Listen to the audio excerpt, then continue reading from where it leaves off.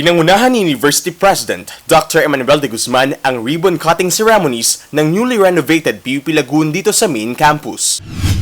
Matapos ang ilang buwang pagkasailalim ng lagoon sa rehabilitasyon, muli na itong binuksan sa mga PUP-yan at tinawag na itong PUP Food Court kung saan inilipat dito ang mga food stall na matatagpuan noon sa ground floor ng PUP Main Building.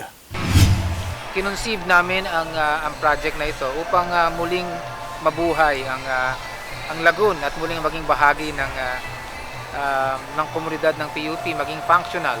Ang nasimulan natin ay maganda ng direksyon na tatahakin natin upang higit nating magamit pa ng maayos ang facility na ito. So sa tingin ko, mas comfortable dito para sa mga nagtitinda, sa mga estudyante, pati na rin sa mga professors. Mas maayos po siguro dito kasi po pag dun po sa kabila, masikip po. Dito mas open air po, tas mas malamig, tas mas maganda yung view. Bukod sa PUP Lagoon, ilan pang mga pasilidad ng sintang paaralan ang sumasailalim ngayon sa rehabilitasyon. Ilan sa mga ito ay ang Bulwagang Balagtas, BSPE Building, Charlie Del Rosario Building, at Medical and Dental Clinic.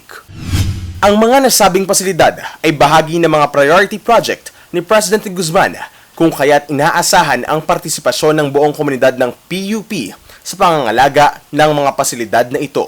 Ang pagtatapon ng kalat ay mahigpit namin pinagbabawal at meron tayong mga different trash bins na nandito na dapat gamitin. Para sa The Observer Flash Online, Dominic Bolo.